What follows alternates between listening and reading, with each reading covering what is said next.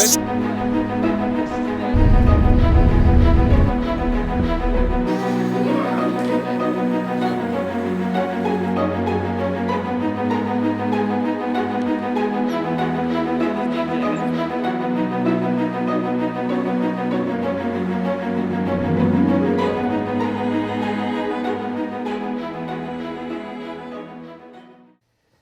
everybody, this is Dean Jacobs, coming to you from my office in Fremont, Nebraska. I had this opportunity to do the Omaha Town Hall Lecture series this week. This great group that invited me to come and spend a day or half a day with them. After the lecture, we did a luncheon where they wrote down questions, lots of questions, and I didn't get to all the questions. So I'm going to do some videos to try and answer some of these questions because they're really good. So these are the Dean's list of great questions for the next actually couple weeks, because I think there's some really good ones in here that I want to share with you that came to me from the Omaha Town Hall Lecture members. So the first couple I want to get to is, do you typically have a guide when I travel?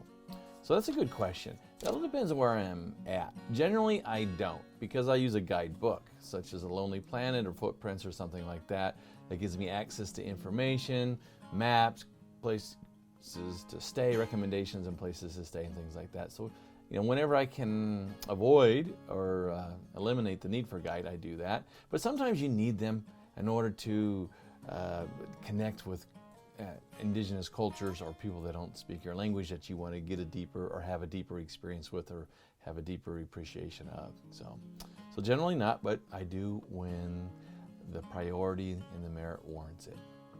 And how do I manage the language barrier? These two questions from this great piece of paper and this awesome person that asked me these.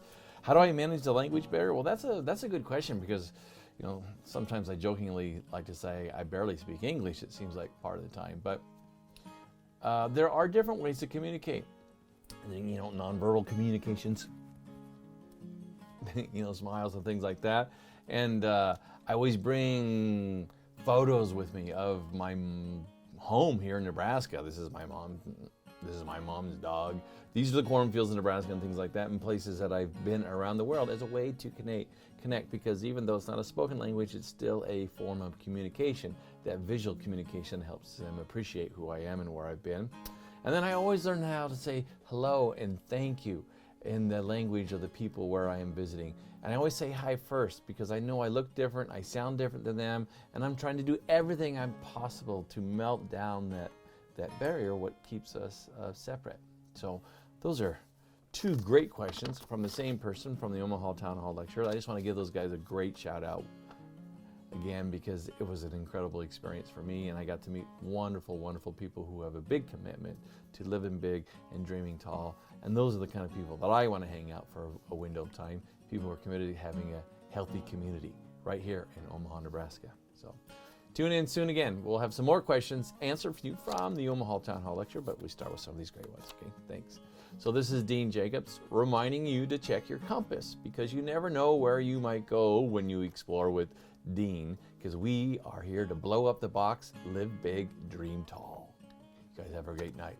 Thanks.